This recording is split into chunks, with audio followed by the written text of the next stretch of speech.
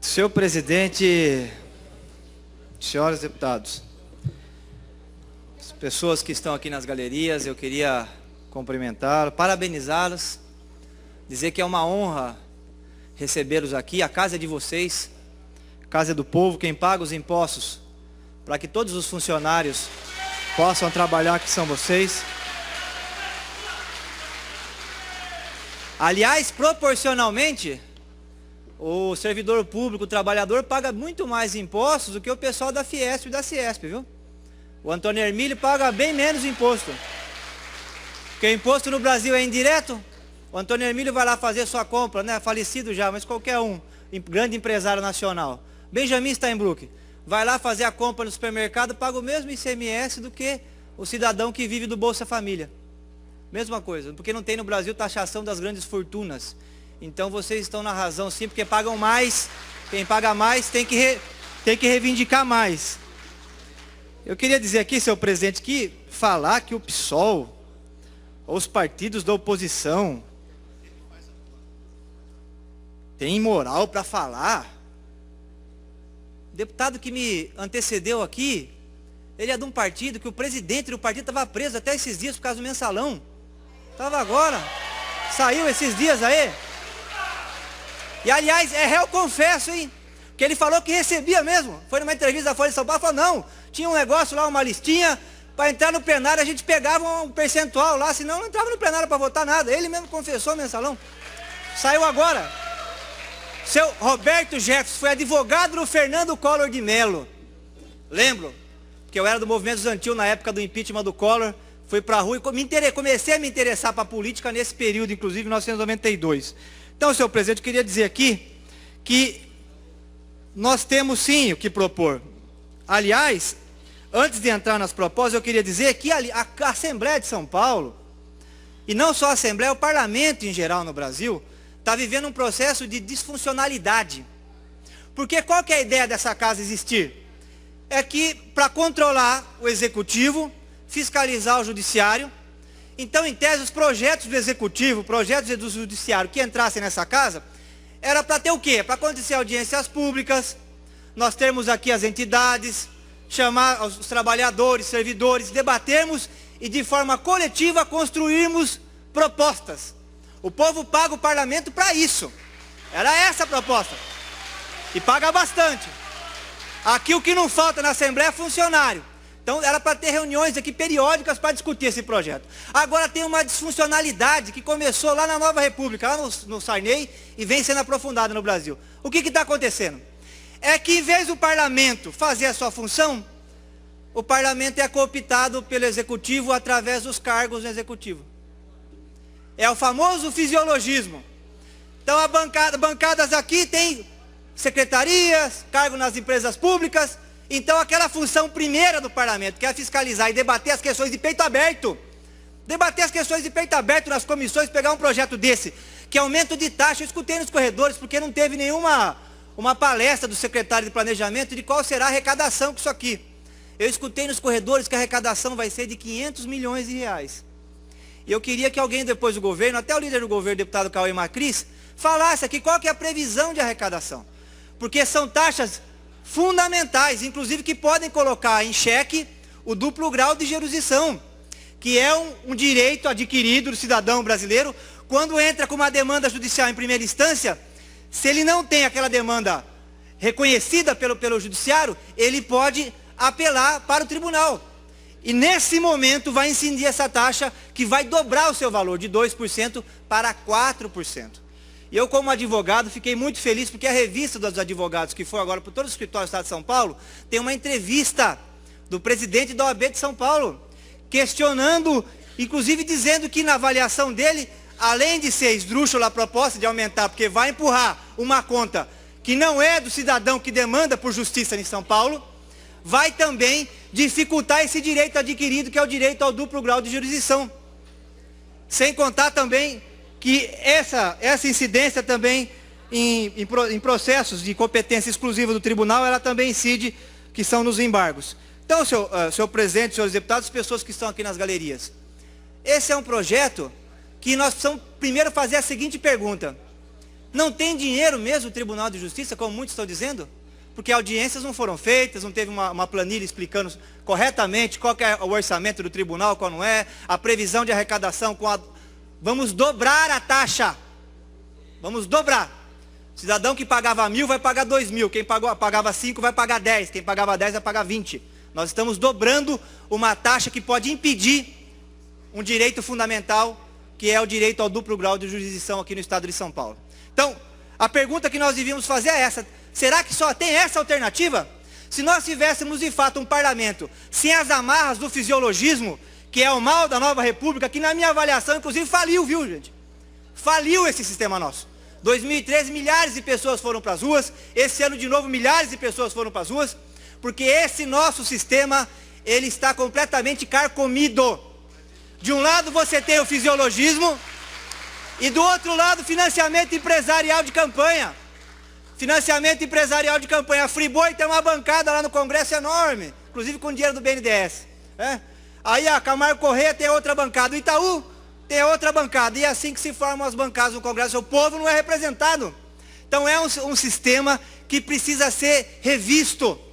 No entanto, a situação hoje concreta é essa: nós estamos dentro desse sistema. E cabe àqueles que se opõem a ele, que defendem uma reforma profunda desse sistema, onde a democracia, inclusive participativa e direta, seja aprofundada, e acabemos com a cooptação do setor financeiro, dos grandes empresários, da democracia brasileira. Cabe a nós aqui fazermos a denúncia.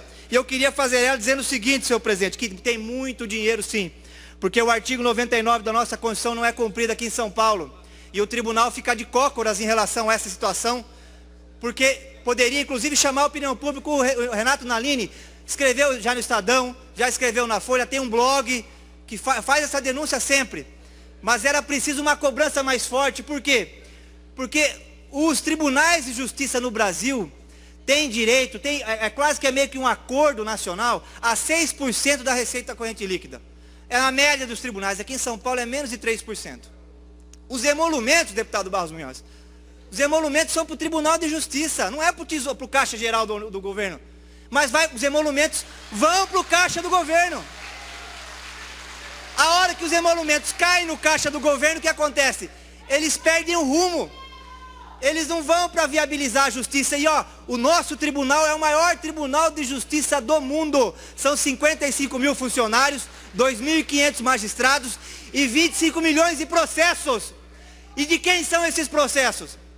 É o processo lá do cidadão pé de chinelo, que está com o aluguel atrasado e vai entrar na justiça para o seu direito inalienável de permanecer naquele imóvel até que ele consiga um rendimento suficiente, porque o direito à moradia é um direito fundamental. São processos assim que estão enchendo o nosso Tribunal de Justiça? Não. Segundo o STF em 2005 fez um estudo, de 60% a 70% dos processos que tramitam no Poder Judiciário é causa do próprio executivo, é o próprio governador, que às vezes não paga um direito do servidor público, o servidor tem que entrar na justiça. Aí aquilo vira precatório, gera outro processo. Na área da educação, está cheio de professor brigando na justiça por questões que poderiam ser resolvidas do ponto de vista administrativo, que era só montar uma banca administrativa com pessoas ilibadas para poder resolver essas demandas, que são demandas às vezes por quinquênio, às vezes a questão de salubridade, uma série de outros direitos do servidor público que viram processos judiciais aqui em São Paulo, que nós poderíamos desafogar a justiça se tivesse de fato o interesse real em resolver a questão. Na minha avaliação não tem. O que o governo de São Paulo faz, e porque está há 32 anos já à frente do governo de São Paulo, por isso que ficaram assim, o hábito do cachimbo entorta a boca, eles colocaram o Tribunal de Justiça embaixo do braço, porque na medida em que fica controlando o orçamento, traz o tribunal em rédea curta. É por isso que as ações contra o governo do estado aqui, grande parte caem. O Ministério Público também é amarradinho. Teve que o Ministério Público da Suíça investigar o escândalo do metrô, porque o procurador aqui de São Paulo disse que perdeu na gaveta o processo. Esqueceu o documento na gaveta. Ele deu uma entrevista para a Folha, inclusive, fantástica, surreal. Parecia um conto do Kafka. Ficou na gaveta o documento. Meses na gaveta. Aí ele ficou sabendo pela imprensa: olha só, tinha lá a verdade, tinha um documento lá mesmo na minha gaveta há meses. Então é uma estratégia política, e é muito triste que isso aconteça. Eu acho que a minha avaliação é porque estão já 32 anos à frente do governo de São Paulo. Então acha que o judiciário é um apêndice do poder executivo. E aí nós ficamos nessa situação esdrúxula, né? O tribunal sem dinheiro. Precisa atender de fato, porque tem que ter assistente social nas varas da família, tem que ter psicólogo. O 56 precisa ser viabilizado. Aí manda o projeto para casa, sabendo que a casa não vai conseguir aprovar. Por quê? Porque o governo vai interferir aqui. Porque todos os deputados, se fizer uma enquete, vão dizer que são favoráveis ao 6 e ao 56. Se fizer uma enquete, vai dar 99%. Só que o governo fica fazendo essa interferência aqui, usando esse instrumento carcomido do fisiologismo e por aí vai. E aí a gente não vê essa matéria sendo aprovada e a situação fica, né? Nós ficamos nessa situação. Ter que aumentar tributo, aumentar taxa, né? Aumentar custas para poder viabilizar uma situação que o governo de São Paulo poderia viabilizar facilmente. No Rio de Janeiro, os processos eram muito mais demorados que em São Paulo. Hoje são infinitamente mais céleres que em São Paulo. Por quê? Porque os emolamentos lá, foi feito um acordo político, e os emolumentos ficam 100% integralmente ao Tribunal de Justiça do Rio de Janeiro. É muito simples de resolver a questão. Aliás, tem vários deputados que eu já vi que sabem dessa questão. E, aliás, estão dispostos a fazer esse debate nessa casa. E essa casa poderia cumprir o seu papel constitucional, que é um debate sério, aprofundado nesse tema, e podermos aqui, no papel de mediadores, entre o Executivo e o Judiciário, resolvermos essa questão, destinando e cumprindo o artigo 99 da Constituição, que diz que o Tribunal de Justiça, que a Justiça tem que ser independente e autônoma. E essa autonomia significa orçamento. Precisa de orçamento. Então, senhor presidente, eu não vou aqui no papel, um papel pequeno, fechar os olhos e achar que a única saída é dobrar a custas. Porque o presidente da OAB, a OAB é uma grande instituição, tenho orgulho de fazer parte dela, uma grande instituição. Entrou com uma ação agora direta de inconstitucionalidade, a doação empresarial nas campanhas, repercussão mundial, uma coisa fantástica. E eu vi o ministro Gilmar Mendes dando umas entrevistas no final de semana no Globo e na Globo News, que mostra de fato a pequenez, e a história vai cobrar dele, porque ele disse que a OAB está cumprindo o papel de laranja, porque está com interesses partidários. Ué, qual é o maior interesse do país hoje? A OAB está fazendo o quê? Está entrando com uma ação para não deixar mais que o empresário, que a pessoa jurídica interfira num processo que é da pessoa física, que é a democracia, que é da cidadania. E o Gilmar Mendes sentou em cima desse processo há um ano, e já está ganha a questão, já tem 6 votos favoráveis, para que nós tenhamos no Brasil o fim do financiamento empresarial. Aliás, eu acho que partido político tem que sobreviver com doação pessoal da militância, né? E não doação empresarial, porque não existe, todo mundo que vai depor na Lava Jato fala, não tem doação, o que tem é empréstimo e financiamento, dá agora e pega depois. Então a OAB cumpriu um papel importante na redemocratização do país, e fiquei muito feliz, porque o presidente da OAB veio ao Colégio de Líderes e disse em alto e bom som, que não dá para aumentar as custas de 2% para 4%, porque nós vamos ter aí o risco grande, na minha avaliação vai acontecer isso, do cidadão deixar de entrar com recurso, de apelar, que é um direito dele, porque ficou muito caro apelar em São Paulo, porque foi dobrado o valor. Então nós não podemos compactuar com isso. Eu quero, inclusive, senhor presidente, solicitar a Vossa Excelência que esse discurso seja enviado a seccionais do OAB do Estado de São Paulo, para que todos os advogados tenham ciência do que está sendo debatido aqui nessa noite, porque na minha avaliação, nós estamos empurrando para quem não deve pagar essa conta. Quem tem que resolver essa questão é o Executivo e o Tribunal de Justiça. A Assembleia poderia intermediar, apontando fontes alternativas de recursos. A integralidade dos emolumentos. O deputado Jorge Caruso sabe disso. Conversei com Vossa Excelência várias vezes nessa casa sobre essa questão. Vossa Excelência também é advogado, sabe que no Rio de Janeiro os emolumentos vão integralmente para o caixa do Tribunal de Justiça daquele estado. Então nós temos alternativa, sim. Uma outra alternativa é esse acordo tácito que existe no país, e os tribunais de justiça ficarem em média com 6% da receita corrente líquida, ser implantado em São Paulo. Por que menos de 3%?